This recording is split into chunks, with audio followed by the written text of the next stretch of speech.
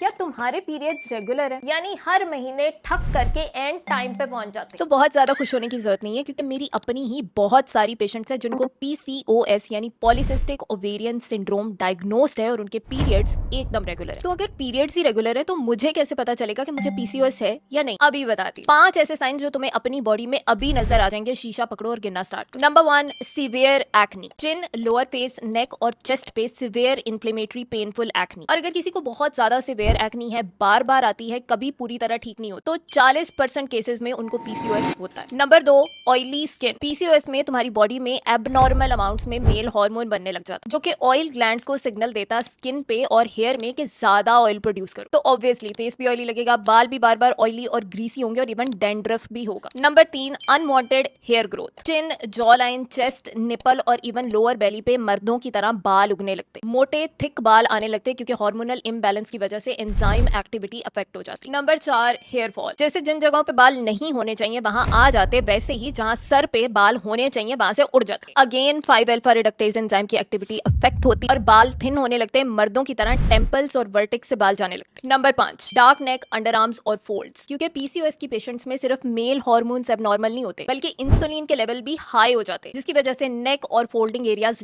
Dark, thick और velvety हो जाते हैं, जैसे मैल जमी हुई हो। ऑब्वियसली पीसीओएस ओबेसिटी और मोटापे से एसोसिएटेड है, और स्पेशली लोअर बेली का फैट यानी पेट पे जो चर्बी जमी हुई है वो डायरेक्टली हार्मोनल एक्टिविटी को अफेक्ट करती है। अब इसको डायग्नोज कैसे करना है? सबसे पहले तो ये कुछ टेस्ट हैं, स्क्रीन पे आ रहे हैं, इनका स्क्रीनशॉट ले लो या फिर वीडियो को सेव कर लो। ये अपने पीरियड्स यानी माहवारी के दूसरे दिन करवा लो। दूसरे दिन पे ही रिजल्ट सबसे बेस्ट आते हैं, आगे पीछे नहीं करना। और खुद टेस्ट को पढ़ने नहीं बैठ जाना कि मेरी तो वैल्यू बिल्कुल ठीक आ रही है, इसको गायनोकोलॉजिस्ट को जाके दिखाना है, क्योंकि आपस में हार्मोन्स की रेशो को कंपेयर करना होता है और वो तुम्हारी गायनोकोलॉजिस्ट ही बेस्ट देख के बता सकती है। कभी कभार साथ में अल्ट्रासाउंड वगैरह भी किया जाता है। तो ट्रीटमेंट यानी इलाज के लिए बहुत सारे ऑप्शंस हैं, contraceptive pills, स्पाइरोनोलेक्टोन, multiple drugs use किए जाते हैं, लेकिन इनमें से सिर्फ एक फॉर्मूला ऐसा है जो इसकी जड़ को ठीक करता है। हार्मोनल इम्बैलेंस यानी LH to FSH की रेशो और इंसुलिन रेजिस्टेंस दोनों को इंप्रूव करता है, और ऊपर मैंने जो सारे 5 सिम्टम्स बताए हैं उन सबको इंप्रूव करता है, और इसका नाम है मायोइनोसिटोल और डी-काइरोइनोसिटोल। अगर इसलिए जब भी डॉक्टर को अपनी रिपोर्टें चेक करवाने जाओगे तो एक दफा उनके साथ मशवरा कर लो, ताकि अगर उन्होंने कोई और चीज साथ में ऐड करनी हो तो वो भी कर सके। अब ये वीडियो शेयर कर दो अपनी ग्रुप में किसी ऐसी बंदी को जो पीसीओएस के साथ स्ट्रगल कर रही है। और अगर तुम खुद ही पीसीओएस की पेशेंट हो या रह चुकी हो तो तुमने इसको कैसे मैनेज किया या फिर अभी क्या कर रही हो वो भी मुझे नीचे कमेंट्स में बताना।